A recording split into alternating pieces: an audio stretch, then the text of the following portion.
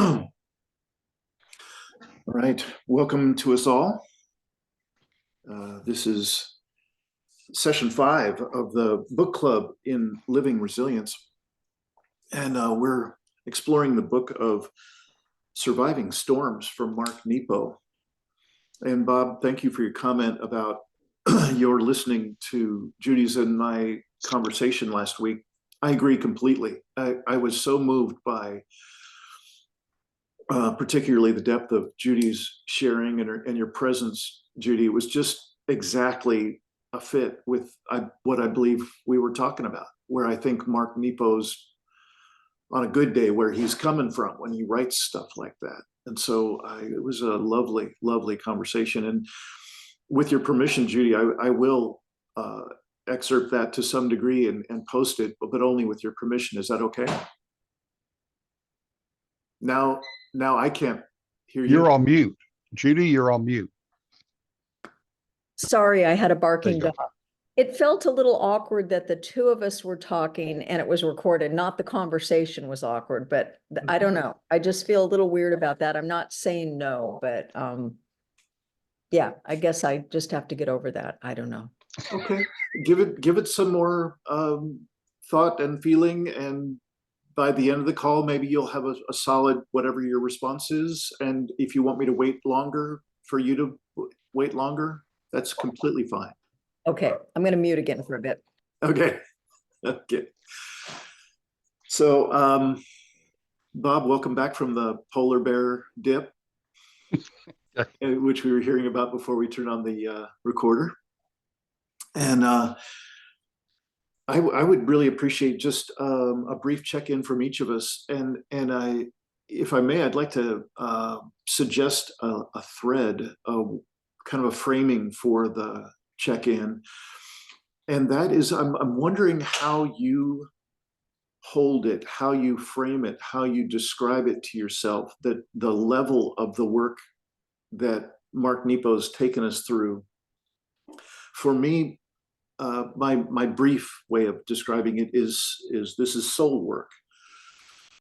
You know, it's the world of poetry, it's the world of soul, it's the world of profound metaphor, of sometimes ineffable context.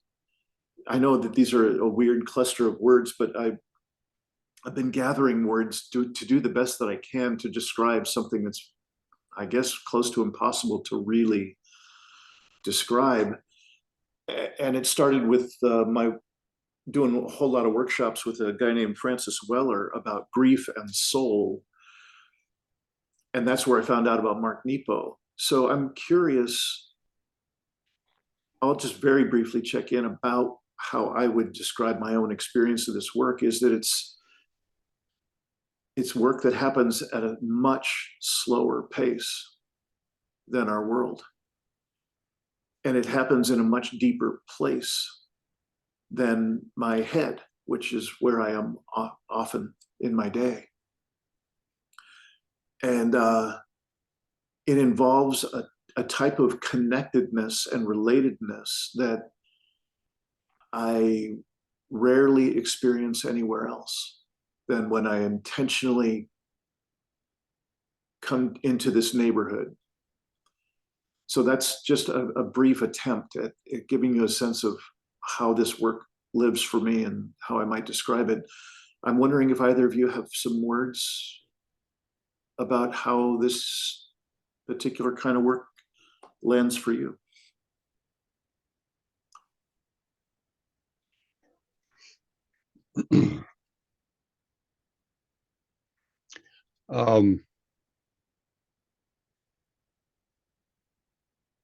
Poetry is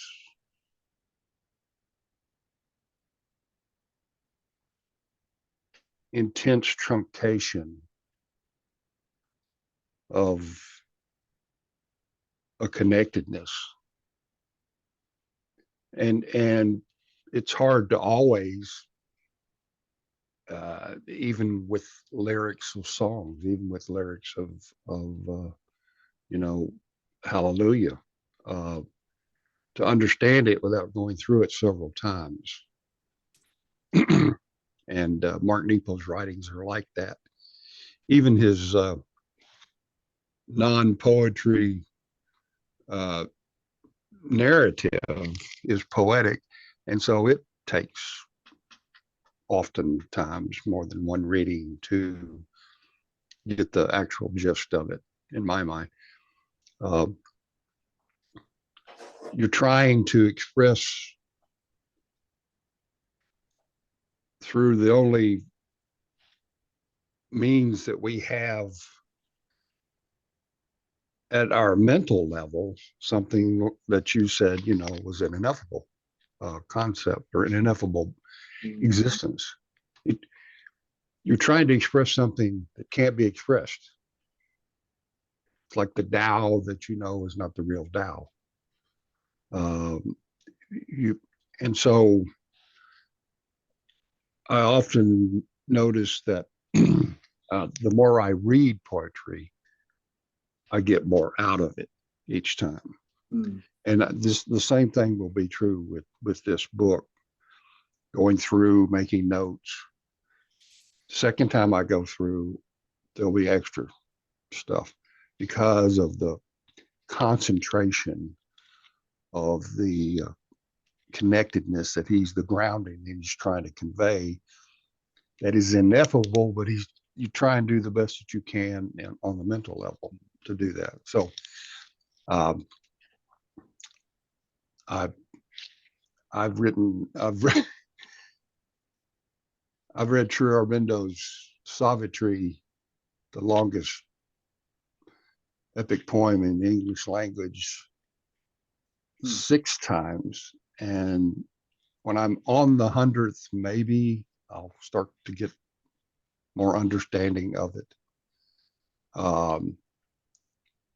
Depends on how well that I learn to become centered, that I learn to live within myself and not on the outside. So Mark Nepo's book can help us do that kind of thing. So that's kind of where I'm coming from this morning. So. Yeah. Oh, thank you.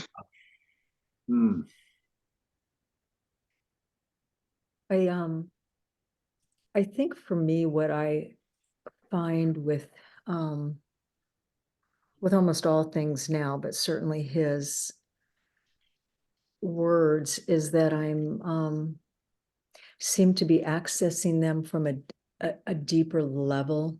Mm-hmm. Now.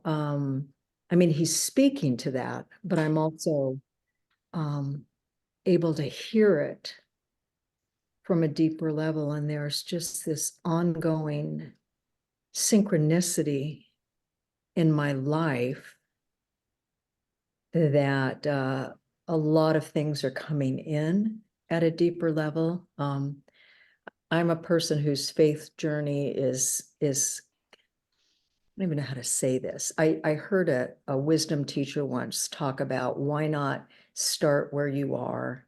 No religions are better than any others if you're following the mystical path. They're all going to the same place. Mm-hmm, mm-hmm. And I was raised in the Congregational Church, and I wrestle with the label of Christianity because of all the bad stuff associated with it. But I use that framework, and I probably the last 4 or 5 years, I pull out a particular guy who has little reflections for Lent. And so I've read that 4 or 5 times now. And as I read them this time, they're all in the light of collapse. And I mean, maybe he always wrote it. I think it's from 2019. So maybe that's what he was writing it from, that perspective, but I never read it from that perspective. So it's really hitting me in a very, very different time. And the messages that he's saying, and even the biblical quotes, they're, these little snippets. And it's like, wow, how is that informed from this other place? But clearly that's in the reader. And I'm reading for the 3rd time The Artist's Way with a group. Mm-hmm. And that is hitting me at a different level, whether you call it creator or God or whatever term, because she's very flexible in that. That is so much deeper this time around. And I have a weekly centering prayer group, which is my only really community of faith. And usually it's 20 minutes of silence like any other, where the thoughts come and go and you shoo them out as best you can, or you get lost in thought anyway. And this time it was like this physical, visceral sensation in my chest. And I was talking about that afterwards. We have coffee, and the person I was talking to was talking about the things he's exposed to, the things he's reading or listening to. He's really trying hard, not from the mental center, but from the heart center. Like he's trying to put the words or process it or intake it through his heart. And I didn't really get what he was saying. And now I'm starting to understand that too, that you're trying to read from a different place, which I haven't really done with this, but it's all kind of tying together. And that's what the Mark Nepo stuff is feeling like for me, is that it's not separate from anything else in life if you want to try to read it at that level. If that made any sense. Absolutely. Thank you. There are reasons that we're in this book club and other people are not. We're ready. We're ready for the message. Right on. Right on. Well, a little bit like last time, a couple of these chapters really rang true for me. Profound, moving, resonant, whatever the right word is. And some of the others, maybe not so much. So that's fine. And unless there's more for either of you to say to kind of set the tone or to bring yourself more present, I'm ready to dive in with inner triage and just start moving. All right. Yeah. So here we are, and I'm curious if either of you has something straight out of the gate. Yeah, this really rang for you in some important way.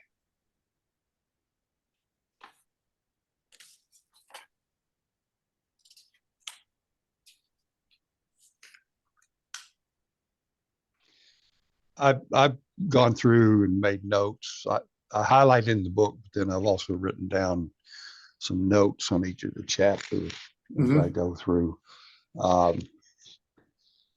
And even sometimes the notes make different sense after I've gone through further parts of the book. Yeah. Now I go back and the note means something different than it did the first time I put it in there. But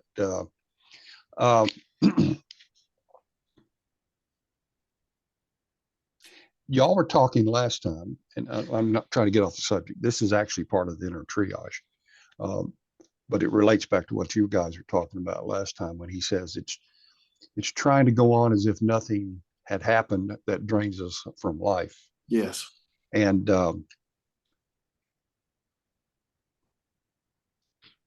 like just the world just goes on in its I forgot how you put it, Judy. It's intentional ignorance. You know, it's denying workings each day. You had a phrase for it last week, and I forgot what it was now. But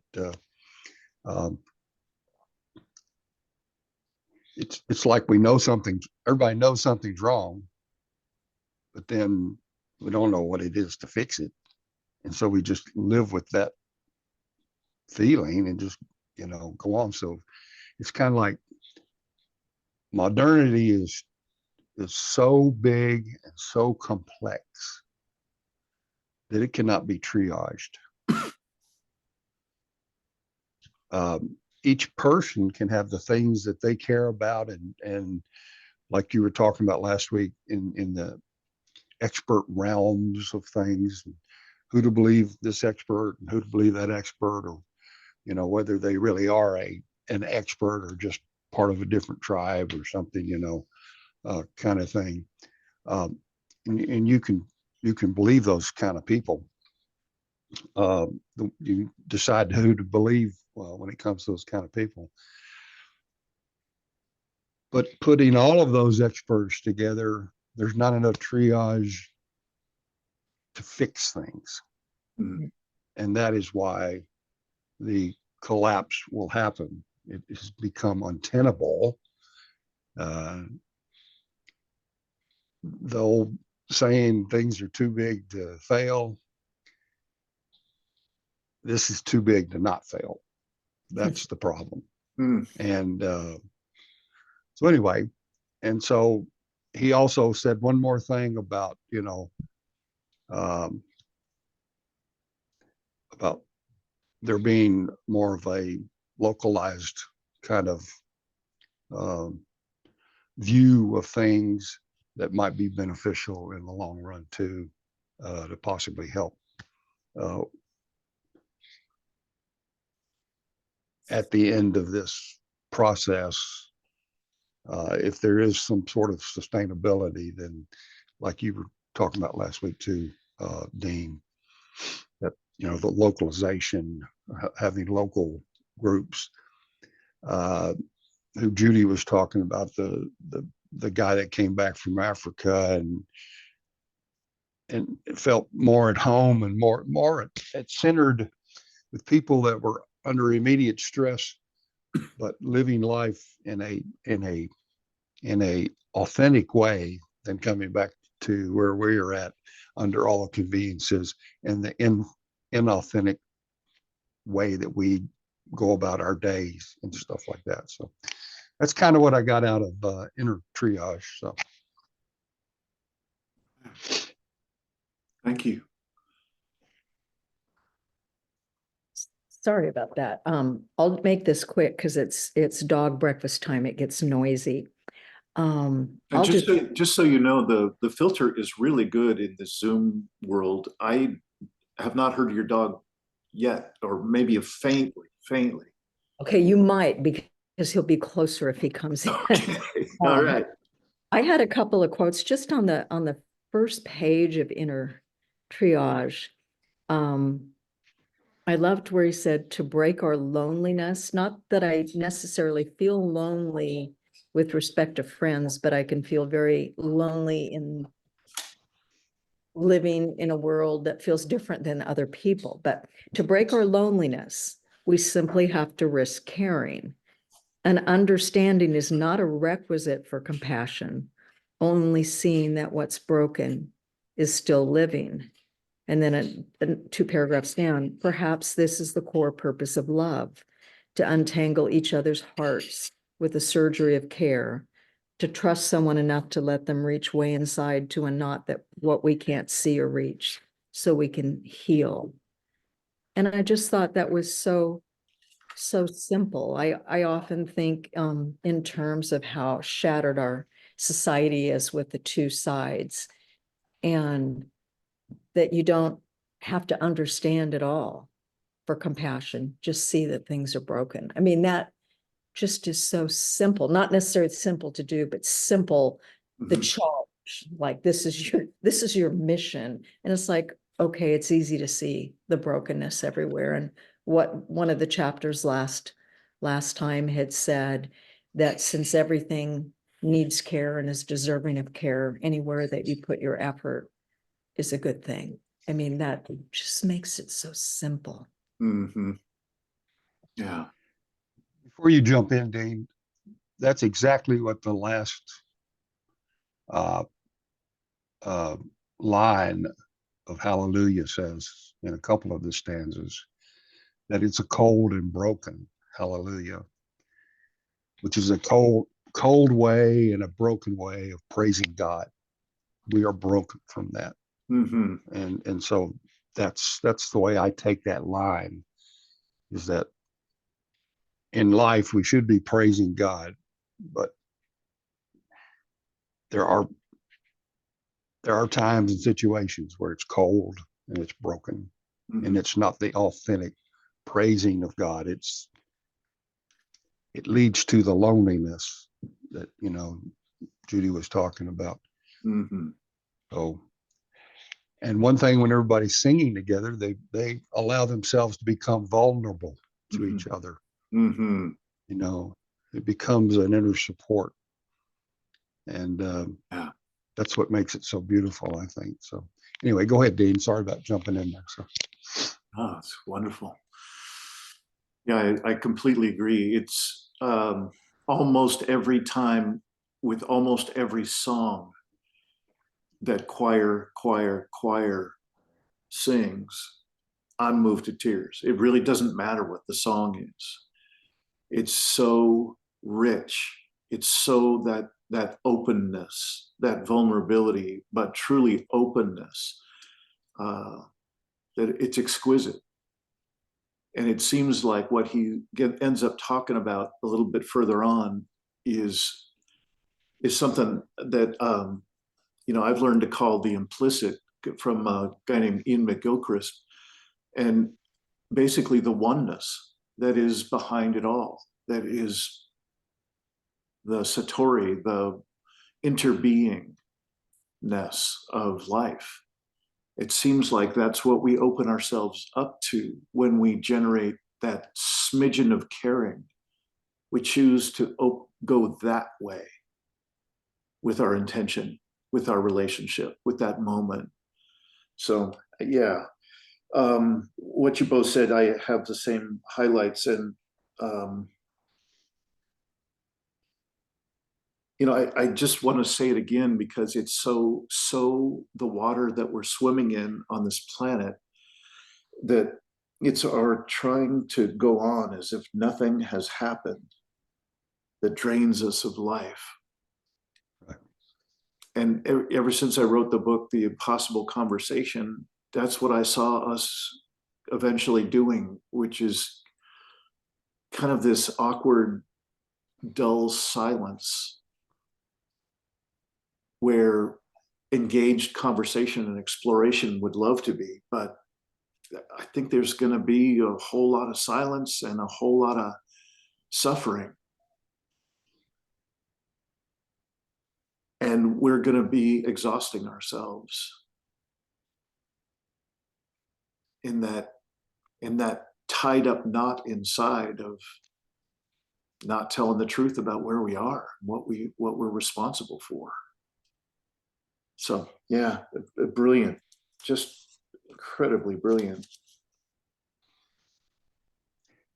If we get to that point and it's loneliness that controls us instead of connection to others, those people are going to be in serious problem.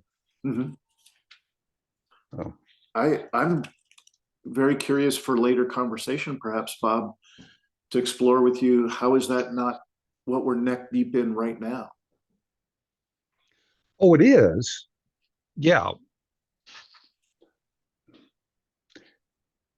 My belief system is that we're put on there individually at different levels of a path to transcend what it is that would allow us to be lonely, to live to the point and the knowledge, identity of existence that just is. It's the experience that we have moment to moment from there on. And at that point, you're experiencing God, and there's no loneliness. Right. No fear. I get it. Nothing at that point. So yes, that's how it is now. But that's not where humanity's heading, supposed to be heading, in my mind. We're not supposed to stay where we're at because that ain't working. Yeah. And if we just want to get smarter, well, we've been getting smarter for decades and decades and decades. Just look what we've been able to do in the last 100 years. I mean, as far as smart goes, and we can keep getting smarter and stuff, but we're still going to be in the same level of and mindset that is not going to get us out of this predicament. Yeah. There is a transcendence that has to occur. Yeah. And that is a normal part of evolution. Yeah. And a lot of the people that I read and understand say it's time for that to start happening. And it is happening, I believe. All right. Well, I'm happy to come visit in your camp to get my dose of optimism. I appreciate it. That's no guarantee will be able to do anything. So, yeah. The essence is there. Whether we are individually grasping that and working towards that and striving for that achievement Mm. with full sincerity and intention is the governing thing. And since we get distracted so much, just Yeah. normally every day, it makes it hard. So, but it has been done in the past, and Yeah. it can be done in the future. Well, in one of the few chapters we've got today, he talks about wholeheartedness. Mm-hmm. Really diving in, wholeheartedness in our presence. So I would like to just mention one piece that seems to fit really well in this body of work of living resilience, and that is that there are practices at every level of Paul Chafurka's stages of awareness. And one of the early ones that if somebody can get out of that first aid level of resilience and get out of the disaster mode or the dysregulation mode, there's some early practices about what could be called completion or forgiveness or reconnecting with people in our lives that mean a lot to us. For most of us, we could just take 5 minutes. We can come up with a substantial list of those kind of communications that get us started in reconnection, get us started in kind of represencing ourselves in a good way. And he says, we're all eaten by what remains unsaid, unfaced, unowned, and knowing we must open ourselves like a shut eye while not doing so. This is the real cause of loneliness. So to leave ourselves with substantial amounts of our lives being unsaid, unfaced, unowned, and knowing we need to open our eyes to those things, but not doing it, is the cause of our loneliness. And that just rings so true in my experience.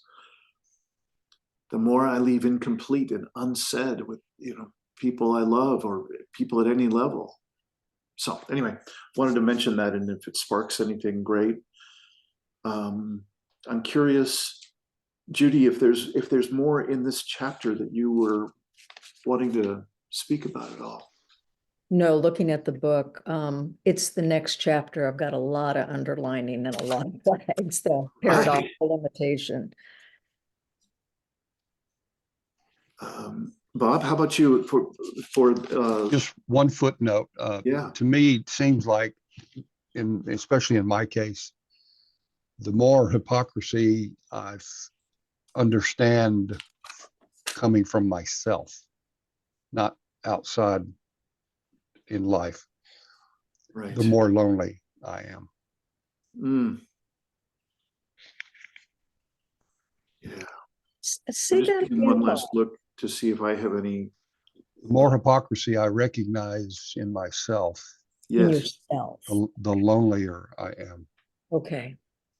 If I'm true to myself, if I'm hold on to my presence, then I'm less lonely. Yeah. I can see that both ways. I feel like I'm always true to myself.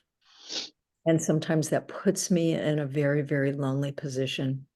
If that also makes sense, because I don't find that other people are in at all that space that I'm in. So speaking up or holding true to what I believe sometimes has put me in a lonely place. Mm, I will choose what you said though, Bob, every time. yeah. Yeah, I want to come back to that when we get to dropping the scale. So, Okay. Are we ready to dive into the next chapter, Dean? Yeah, I was just going to say, if you would take us to what most sparkles for you in that next chapter. Oh, gosh, I'm not sure if I could find what. There's so many things. Well, I'll just I'll briefly say he was talking about his father and how he'd get totally immersed in his woodworking. And so he said the first reward for immersion is the experience of oneness. And the second reward, he said, is it's at the heart of resilience that by being so thoroughly committed to what is ours to face and do, we slip into the stream of all those before us and after us and are lifted in that tide of life force. And that the third gift of immersion and devotion is that by being so thoroughly where we are, we paradoxically bring all of life to us. And so once immersed, there was nowhere to go.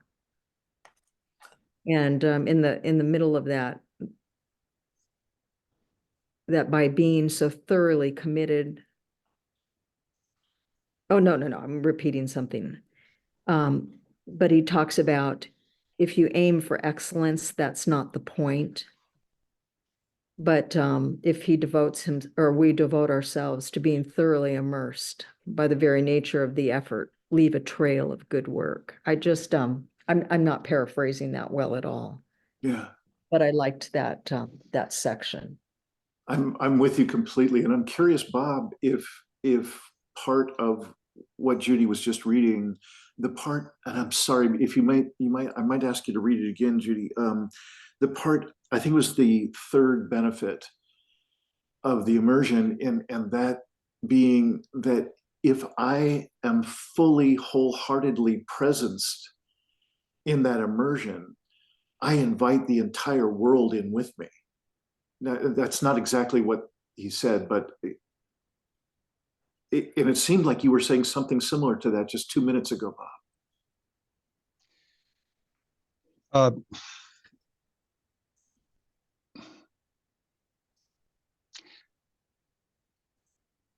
the limitation, I think, is exasperated by holding on to your current perceptions, and that letting go, surrendering to what's more out there, actually allows you, kind of like what you were saying, Dean, um, to intake more of what is really part of what really life really is. And that, so being rigid causes that limitation. Being open and surrendering expands and gets rid of the limitations. That's kind of how I was looking at part of that. So He was that using, makes sense. well, he's using the image of the tree further on, like a tree Mhm. that's fair can take the storms and the image of letting things come in. I thought that was a beautiful illustration. If it's the same thing, Bob, I'm not sure. Yeah, I think so. I pretty much. The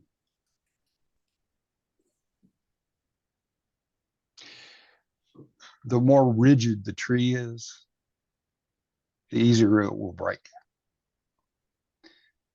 The more flexible, the more letting go with things that happen, Mhm. it allows it to be more sustainable.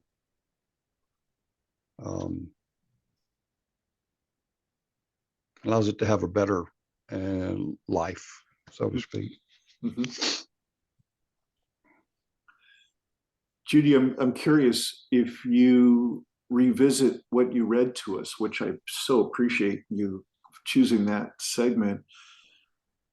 Is there anything more you would say about like how did that resonate with you? What is it that sparked for you in that particular section that Um,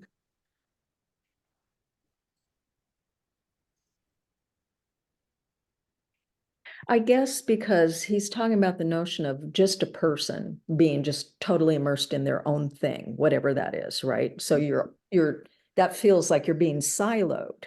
You know, your attention and everything is on this one thing. And yet he's claiming first that brings you into oneness with whatever.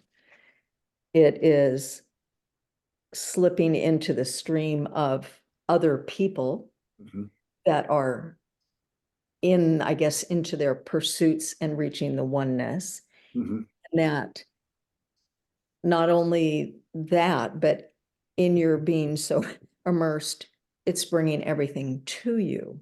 And that what I alluded to before about the faith journeys, you're all starting from these very disparate places. But as you uh, dig down and deeper, it almost seems like you'd be getting farther away, and yet you're getting closer to the unity. mhm. And I guess maybe that's why it touched me. I wasn't thinking to put those two together, but maybe that is why it touched me. Yeah. See, So the essences of religions, the true essences of religions, are a lot closer to them among themselves Mhm. than the way we see religions manifested now, because that mankind has gotten, and his ignorance and his division and his separateness has gotten in there and messed up the essence from that was the truth of what it was in the first place. And so certain people want to make and grow and control power around that certain belief, and then it happens here, it happens here, it happens here, and then after a while they have to fight each other, you know, and all that kind of crap. We're in the essence of what you were just saying, you know, once you get down to that that closeness, they're not that far apart. And it's probably just a different way of saying the same thing, mm, because it doesn't involve man at that point. Man hasn't screwed it up. What that brings to mind is I had read, I can't remember if I mentioned it, but I had read some Brene Brown, I can't remember, something about in the wilderness, and very much speaking to these times, I thought. And she was saying that I don't know, statistics, studies, whatever, is that despite how tribal people have come, right? So you're very much surrounded by your people now, and it's reinforced and reinforced, and you know who to like and who to hate and all that, that people are lonelier than ever. So this, just almost the opposite. You're siloed and really immersing yourself, and yet you're ending up touching so much more. And yet there you're surrounded by kind of the screaming masses that you're part of, and you're becoming increasingly siloed mhm, and separated, which is really interesting, you think, by being around all the others. And I guess that once again speaks to the inner journey. There's not much inner journeying going on when you're in a crowd or in a mob. mhm. We're taken so far from that. Yeah. I think it's interesting that you know, after all of his immersion into uh, his workings in life, you know, Einstein said it's it's not the physics, it's not the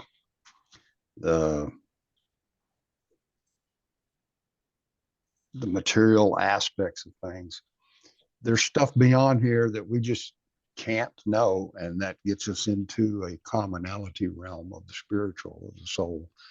And he said that, you know, he said that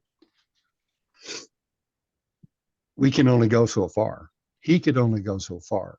and that the sacred was something that was going to be beyond and supporting what it is that we may eventually understand, but that we can't quite right now understand. He couldn't understand, let's put it that way. He said he couldn't understand it, but there was something behind it that was supporting, that was more of that oneness that you get when you get down into the living in the presence and in the moment, and at the level of the excellence of the immersion of yourself into life. So yeah, it I think each of us is saying a similar thing, perhaps from a slightly different perspective about it seems like this immersion that Mark Nepo is talking about is what my lineage might call intent. That it isn't just a singular rigid focus on one thing, and I don't pay any attention to anything else. It seems to me that he's describing a far more comprehensive space. It's not a narrowed, tiny focus, although it may involve that with my eyes. It seems to somehow he's describing an expansion at the same time that I'm, for instance, working on that little boat model or whatever he's talking about. There's a way in which his immersion is actually then opening out his presence or opening up his sensitivity to the presence around him. That, what Nepo's saying is he's connecting with the lineage of people who've done this kind of art.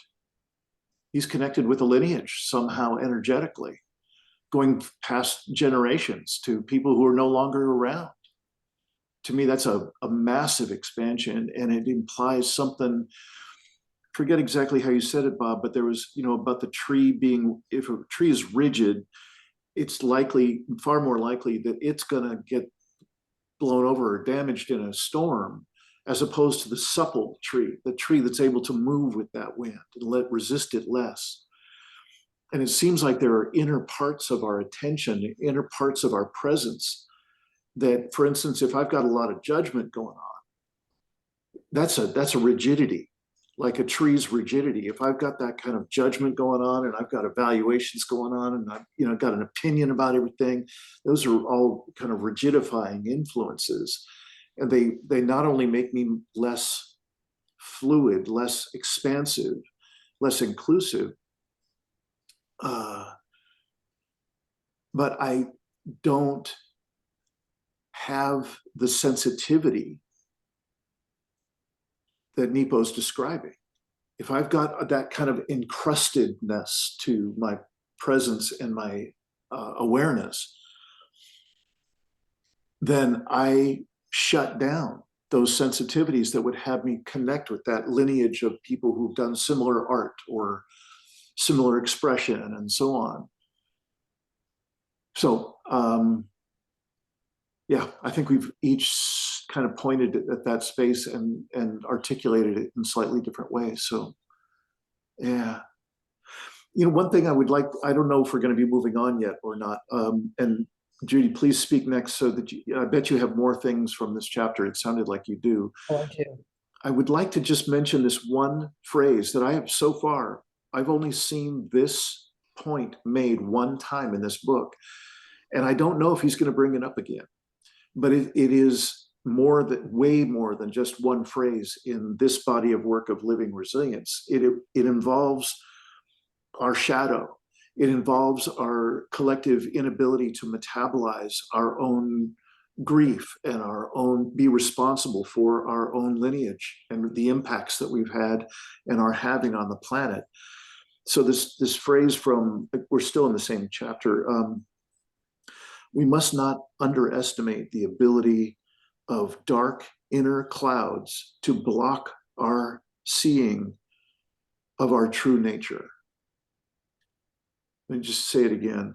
We must not underestimate the ability of dark inner clouds to block our seeing of our true nature. think that is something that is rampant, that's literally going to be instrumental in taking us all down. We have these dark inner clouds, these shadow elements, these unmetabolized grief and other and core feelings and so on, core large elements that are, some of them go back generations. And we have dark inner clouds obscuring those formations in us. Something's got to be driving our self-terminating trajectory. Something's driving that. I say this is a way to describe that something. Something is taking us down, and we've had 30 years of bad news about only the climate change part amongst all the other aspects of the multi-crisis. And yet we're all just trundling ahead as if nothing's going on, nothing's wrong. So just, I wanted to plant that seed, mention it. We needn't spend time if that's not a spark for you. I'll reply to that, but Dean, I want to, before I do that, we're running out of time for today. Oh, wait a minute. I'm a half hour off. All right. I love it when you're a half hour off. Yay! I looked down there and I went, oh man, it's almost half after the hour, but we started on the half hour. I'm sorry. We're okay. Okay. Well, we still may run up against this block, but anyway, I think what you're describing there, Dane, was that, what you're describing is epitomized in people that have committed suicide from a depressive standpoint. They can't see any light at the end of the tunnel. They have that loneliness. They are that separated from themselves to where everything is dark. They no way out of this. And so at a certain level, at certain circumstances, they do the only thing that they think can relieve the pain. But the rest of us that aren't to that suicidal level yet still experience the same thing. We just can still maintain and go through our daily routine as if nothing's happening. How do you put it in triage? Mm-hmm. Going on as if nothing had happened that drains us of life. Mm-hmm. I mean, yeah, that you're exactly right. But then the light at the end of the tunnel is never an exterior light. It's not a light at the end of the tunnel. It's the light of our own inner being, our own true nature, that we can finally see and help us start pulling out mm-hmm. of that. And most people now, they see the light. They're not paying any attention to it. They're just going about their daily lives if nothing had happened, even though they've got that nagging going on behind them that something's wrong and that they don't know what it is, but they can't fix it. They can't deal with it, but they're not to the level of suicide yet. They just go about their day and do what they do. And that's kind of what, when you were saying that, that's kind of what brought that up. So. Thank you. When you read that, what immediately came to mind, because I didn't know if you were getting, or we all have our, individual trauma, our things that can block us. But what came to mind was just, I guess, the trauma of separateness. And from what limited reading I've done, a lot of tribal cultures throughout the world were very much connected, like the way you would identify yourself would be brother, sister, mother, father, nephew or something. It was always in the sense of connection, or you were deeply of a place. And we go through modern life, like perhaps if you're religious, you're responsible for your own salvations and your own sins. And so if you believe in heaven and hell, that's on you to do it all right. And if wrong, heaven help you. Or pulling yourself up by your own bootstraps. If you're any kind of failure, it might not be because the economy has changed or what have you. It's because you failed to succeed. And people fail in their marriages, and people get ostracized from their families because they don't do the right things. And how terrifying that would be, and it is, that you're on your own to basically do everything right. Mhm. That isolation. And that's what I think of now. And I hadn't thought of that before, but that inner shadow, that's the big one, Mhm. that you're separate from everything. Yeah.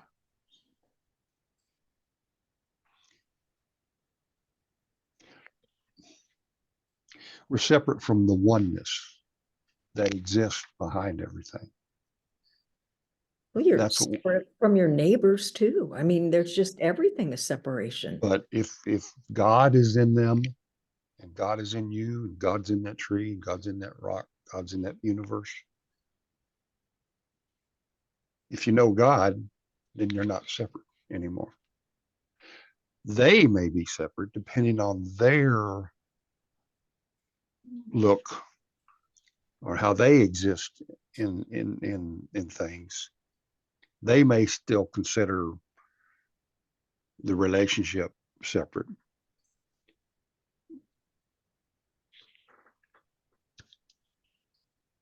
But if we recognize the divine in each thing that is, there is no more separation. And that is our goal, I think, is to find that, live by that, and then we're not separate. The individual that's able to do that is not separate anymore at that point. The more people that can do that, the greater the power of the consciousness of the oneness is. And that's what's been the difference between history and now, is that some people have been able to do that. But even their followers couldn't do that. And the ego and other things came in to miscolor the essence of those great teachers of the past. And that has become prominent, and that's what is mostly existent nowadays. That's the way things are, is that separateness. But all the great teachers tell you, that's not the truth. That is not the truth. Finding it's just hard as hell. You know. We got a whole lot of dark inner clouds going on. Judy, did you have more? Did you have more direction for us? I have a lot, but here's one. He, I think it wasn't the cancer journey. It was just a day. And he said that day, a deep truism presented itself, that we are asked to let beauty in while we are suffering. Mm. We are constantly challenged not to chase beauty as a way to run from our suffering, but to right size our suffering by letting beauty mix with it.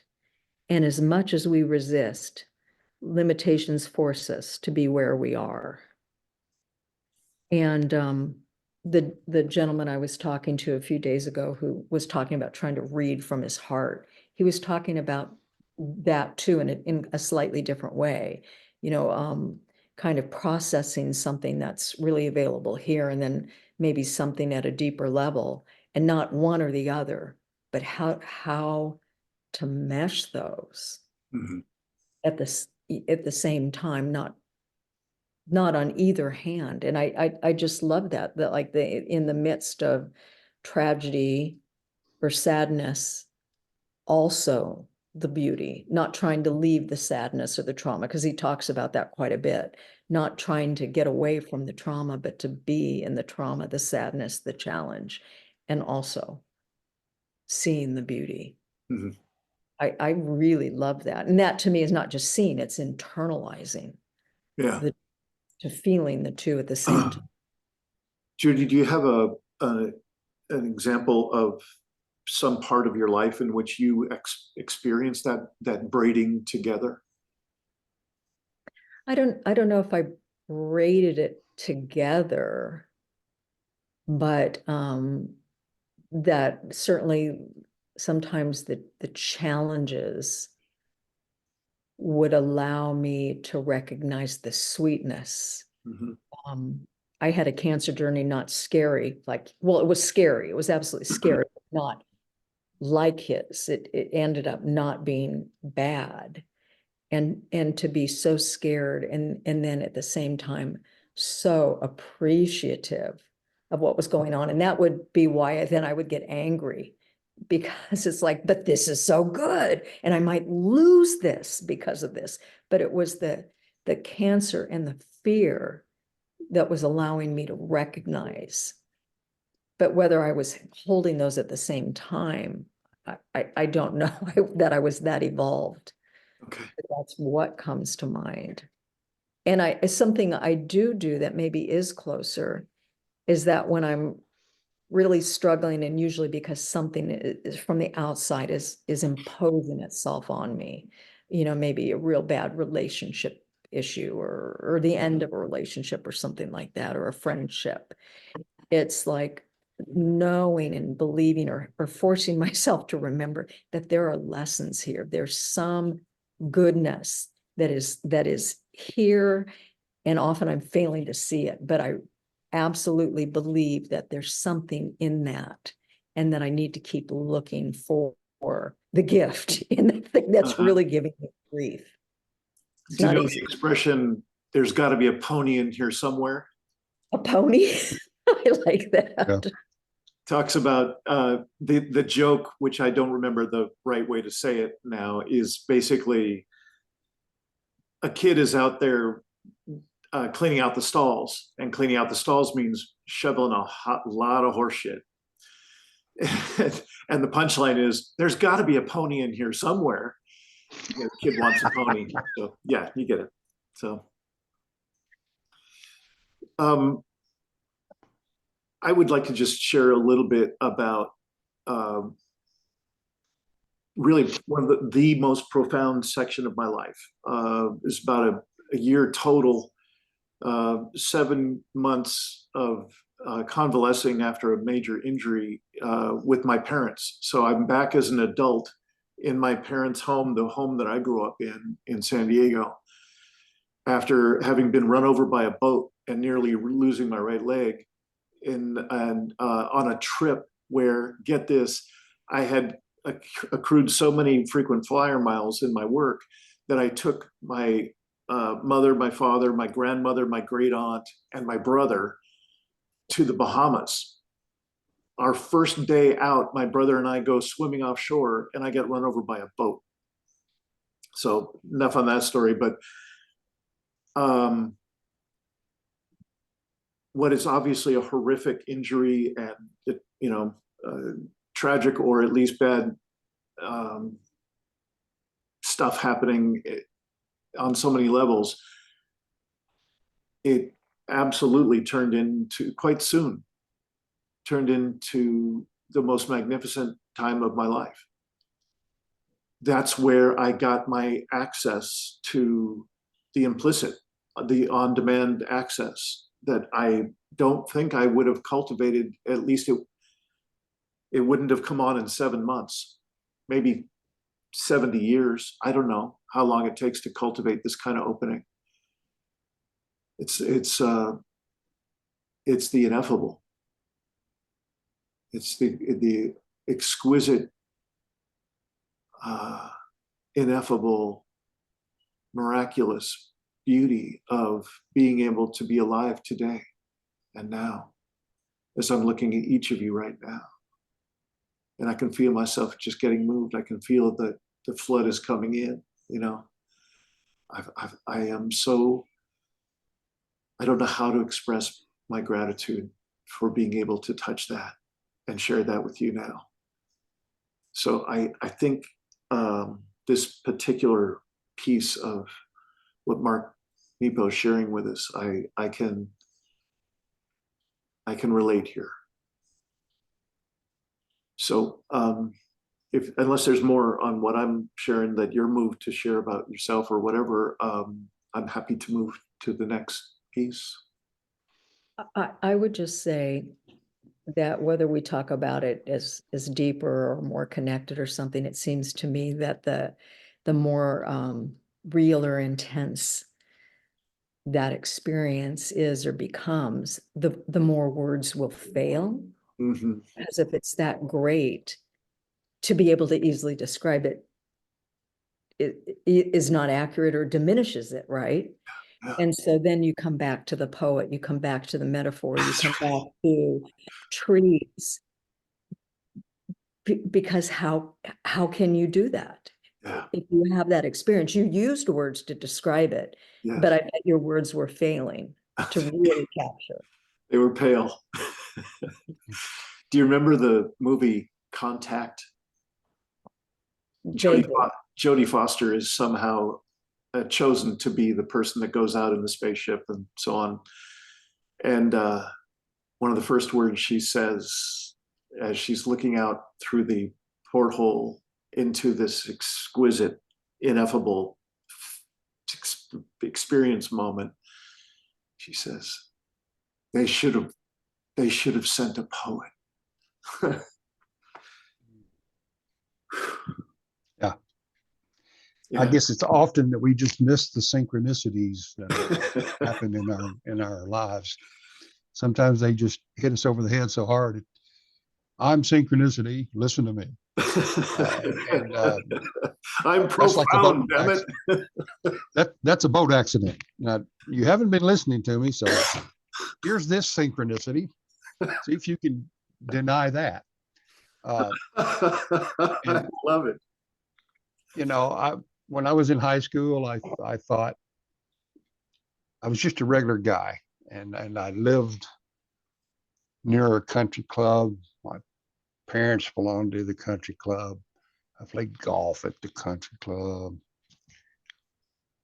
and I was going to go and become a oceanographer, specializing in aquaculture and feed the world. And then I had to get married when I was 17. And that synchronicity changed my trajectory to where if I'd stayed in that path or something, more than likely I still would have been part of the country club culture and the group, even, you know, somehow. That's how I feel anyway. And that it knocked me into a different path. Now I've been trying to figure out that path for a while now. So that was 50 years ago, 50 something years ago. So I'm still working on it, but it saved me from becoming a member of that group that I don't have much respect for right now. And so that was a synchronicity that happened, and in your face, I can't ignore this, go from there kind of thing. And finding the beauty behind that, you know, is part of that synchronicity. Mm-hmm. You know, working through it and stuff, yeah, but finding that beauty is part of working through it. And so, yeah, when you guys were talking about beauty and stuff like that, that the beauty's there, just whether or not we can recognize it or not. Yeah. So, yeah. Before we go on, and I'm making this work myself. We're not going to have time to get to all our chapters today, I would like to propose that we extend the book club a week or two to be able to get to all the chapters, because I'm enjoying it, even if I have to go back and listen to your guys' recordings. I really enjoyed it, you know. And I don't know how that affects your scheduling stuff, Dean, Mhm. but I don't know that we're doing any superfluous talking here. I do more than I should, but um, I'm really enjoying, you know, the depthness of what we're going through and stuff. And I just don't see how we're going to be able to finish this book in the time given. Okay. Well, duly noted. And there are a lot of possibilities. Can we reserve maybe our last 5 minutes to take that conversation to the next level? Cool. Thank you for that idea, Bob. I appreciate you sharing it. Judy, where are we going? Well, I'm going to defer. Didn't someone else mention dropping the scale as a chapter? And I didn't underline anything. Did you, Bob? I did. We were talking about something in the previous chapter in the triage, and you've made a statement, and I said we'll get back to that when we get to dropping the scale. But why don't you go ahead and go first? Do you have anything in that chapter? I don't. That's why I'm. Okay. Okay. I'm sorry, are you talking about the limitations chapter that you don't have anything on? Are you muted? You muted again, Judy. Dog was barking again. I don't have anything on the next chapter dropping the scale. Okay. Yeah, I'm fine. I'm fine being able to let that go because I have very little there. And for me, that's kind of a construct that's very much about that rigidity, about evaluation, judgment, opinion. That's how I interpret it. And so it feels like that's kind of low on our needs list as something to explore. Again, just my interpretation of the material and my interpretation of us. So I could skip it. So it's up to you. You're muted again. We've gone over what it was I was going to say when I said we would get back to that chapter, so we don't have to go through it again. Okay. But,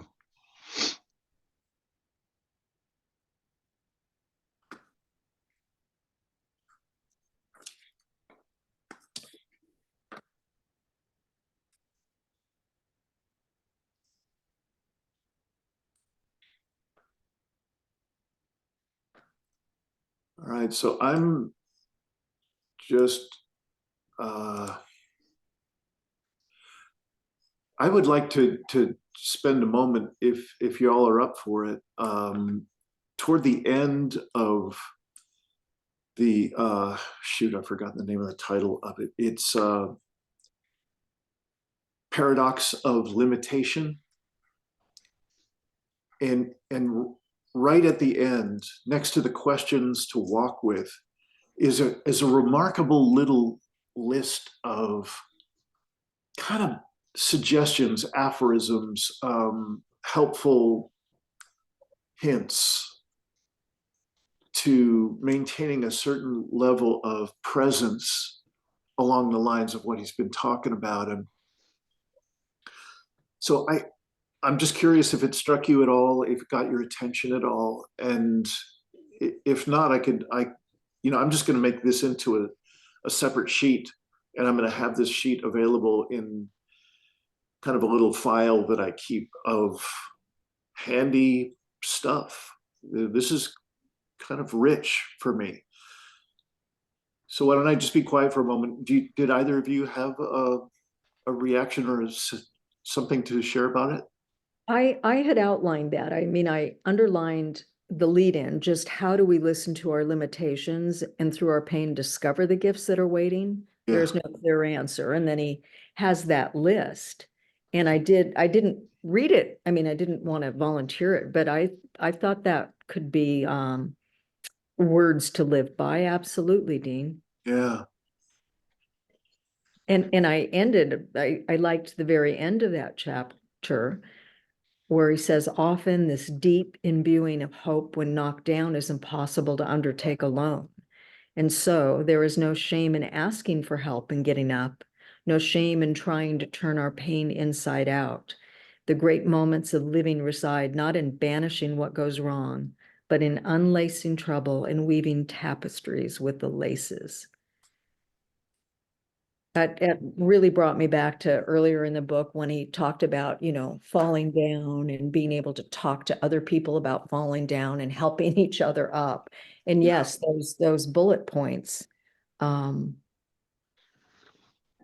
of are marching orders. Yeah. Yeah. This whole body of work is about expanding our capacity to be present in the face of larger and larger stressors, which I assert we are already flooded with very large scale stressors, and I don't predict it getting a whole lot easier anytime soon. So it seems a relevant line of work, and it seems like this list is a handy hints a list of how to deploy our attention, how to activate our attention and presence in a way that has us be more and more present in the face of larger and larger stressors. This is a helpful list for me for that. Mm-hmm. And I just want to look at I'm looking as simple as I possibly can. I remember both of you making mention of just how simple some of those earlier chapters we've already talked about, how what rang so true was so dang simple. And so I just want to point out that kind of thing for this list for me, to keep looking and to keep seeing things as they are. How much simpler does it get? And how far is our global culture, especially our national culture, from that? Is there any question how we could be on a self-terminating track? Within my old guy lifetime, I'm going to see probably billions of people suffer and die. I'd call that a mind-blowing track. And one of the core elements is this level of simplicity. We are clearly just not able to see or be present to what the impacts of our ways are. But we will. The survivors, if there are any, will. Okay. And your point is? Well, the point is we will not make the same mistakes. Yeah. It doesn't mean we can't use technologies if there are any technologies left. But we will have gone through the pain.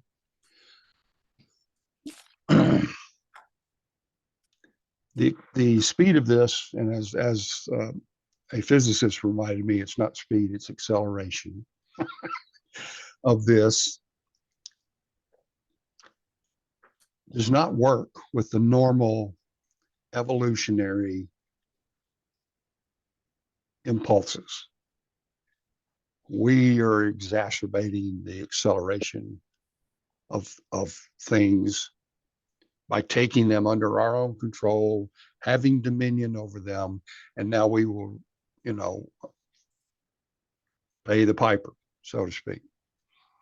Yeah. But in that process,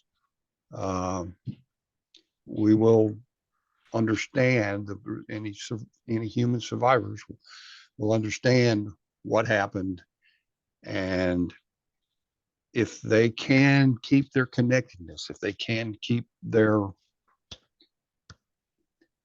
reestablish their connectedness to reality and to life and nature and God, and live that way and use the mind as a tool and technology as a tool and not as our controllers, then at that point, we can do those things. We can understand the lessons. We can have a better planet. We could have a more perfect planet, more perfect than where we came from. Mhm. But it's the next evolutionary push. That evolution is not going to stop, and it doesn't really care if we're in it. But they had made us conscious and able to make that choice. So yes, we can do things to try and ameliorate it and minimize it, our bad choices so far. And we may luckily have some people that make it through that bottleneck, but we will have learned, and it will be no shame for asking for help. You know, that list that you're talking about is a list of help. Having a guru is a asking for help. Being connected with us together in other Zoom groups that we're in is asking for help. And all of this is going to be coming together. And at some point in time, I hope that that has enough power and force in itself to make it so that we can make it through this bottleneck, that life can go on with humanity and at a level of understanding and reconnection that is the next evolutionary impulse, and not what we have brought ourselves into this problem with in the first place. Okay.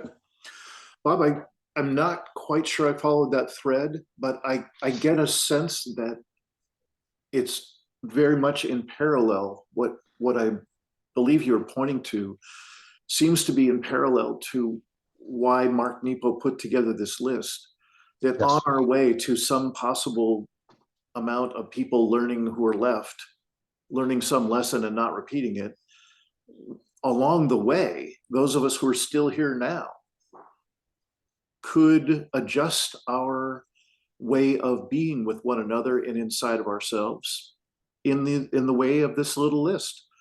And we might get some lessons along the way. So I think it's very much in parallel with what you're saying, even though I'm not quite sure I followed completely. So I don't articulate well. you do when you do, and I do when I do. It's totally fine. I noticed we're coming up on our last 5 minutes, which we've said we want to talk about, possible extension or different ways of doing this book club and so on. Is there anything that either of you would like to say about just summing it up, what you're left with after this bundle of chapters? How were you moved? How were you shifted? Understandings or provocative thoughts that have come to you in this particular session? Dean, are you asking about the chapters we've talked about? Or any part of what we've read individually and together for this session? Anything you'd like to say about what you're left with, it'd be fine. Okay, because what Bob had mentioned about extending, if that did work and we read shorter periods and not pages per se, but some of these chapters to me are basically a lead into another lead in chapter, and then the meat comes. Yeah. Like you did have the time and you wanted to look at it starting from where we have not discussed today and put together little packages, that would work for me. I guess what I find with this book, though, in answer to what you just prodded us with, this book and everything else I seem to be reading, is it just keeps on interweaving and reinforcing what's going on for me right now. I'm as I said earlier, I'm reading things at a deeper level because that's where I am right now. Yeah. And as these other things kind of pile in and interweave, they help me drop a little bit more each time. And I think that's what I'm noticing with all of this. And what you and Bob, what you were just having that conversation too, is I feel that how I'm tackling all this is it's my responsibility to go deeper, to figure my own shit out, my own shadows, to try to find my way through that as best I can, which is also that immersion thing, that being here and in doing my own work in order to be out, to be able to connect.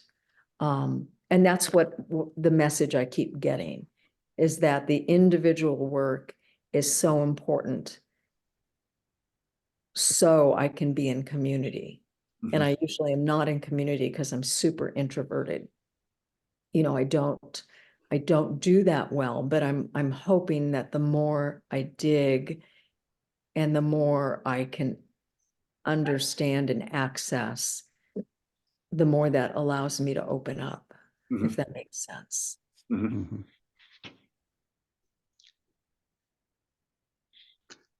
Got it.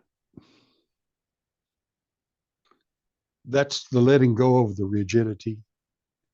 That is the opening, giving yourself the subtleness instead of the rigidity of the tree, and help you weather the storm better. Allows you to ask for help.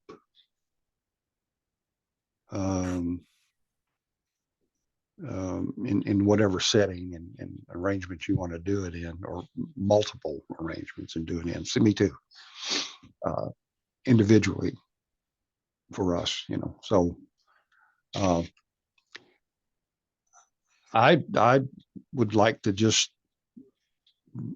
do what Judy said, you know, maybe just start the list from what we didn't cover today and modify it, and then maybe we can go along week by week, and just if we can catch back up, fine. But with my big mouth, I don't know if we can catch back up or not. So Okay.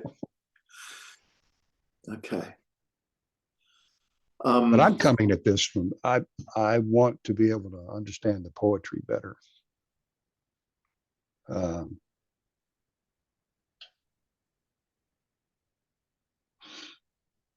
And the more I can understand him, the more I can understand poetry better. So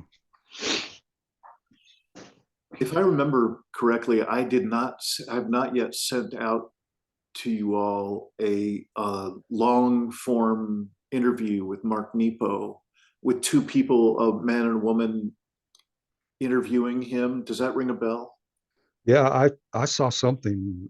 I saw an interview. I don't know if it's the one you're talking about. Okay.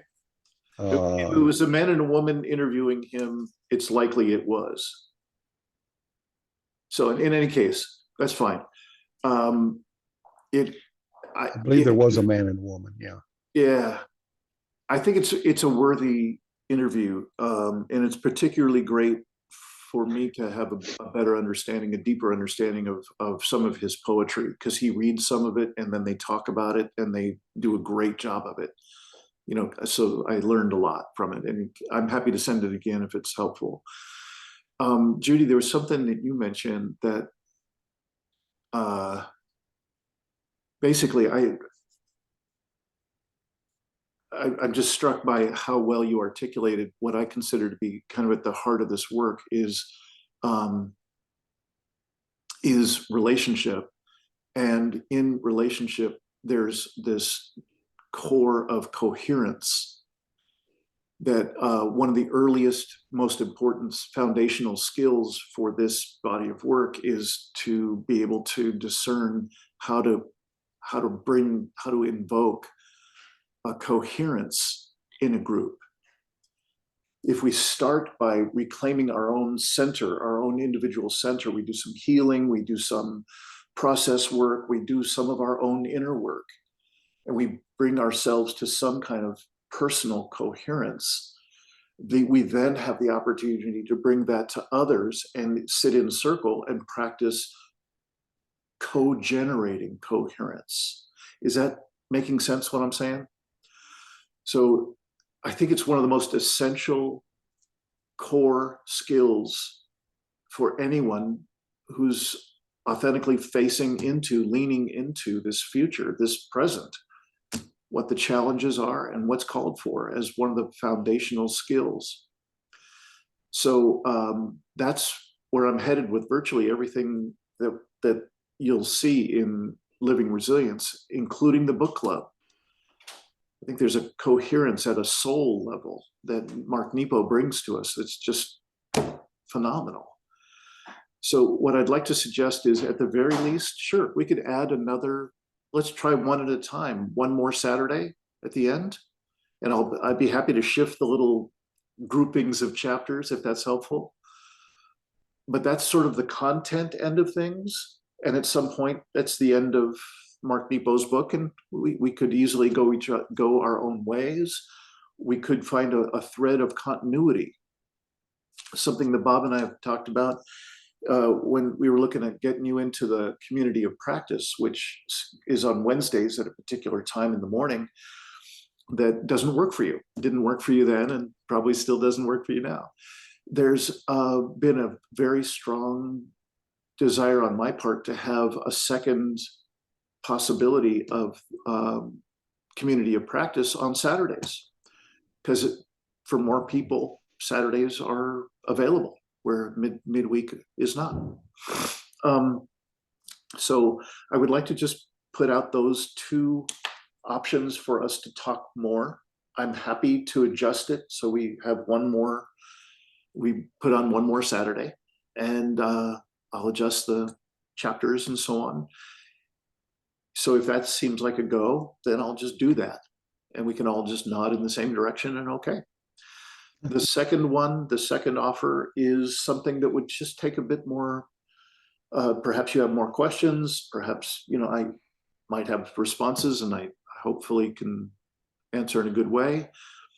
And to just see if what wants to happen is this becomes a slight different variant of this community of practice idea, this far more experiential, far more continuity, far more shared languages and shared practices as they fit in the context of either the next book or the next choice of content that could be supportive to that. So let me just stop there. Is that an okay seedling to just plant with you all till next Saturday, or anytime you have questions, you could send me an email and we can connect up and I'll clarify. Can I say one thing, like Of 2 minutes? course. Yeah. When one of you was talking, a phrase came to mind, and I assumed it was a chapter title, and I don't think it was.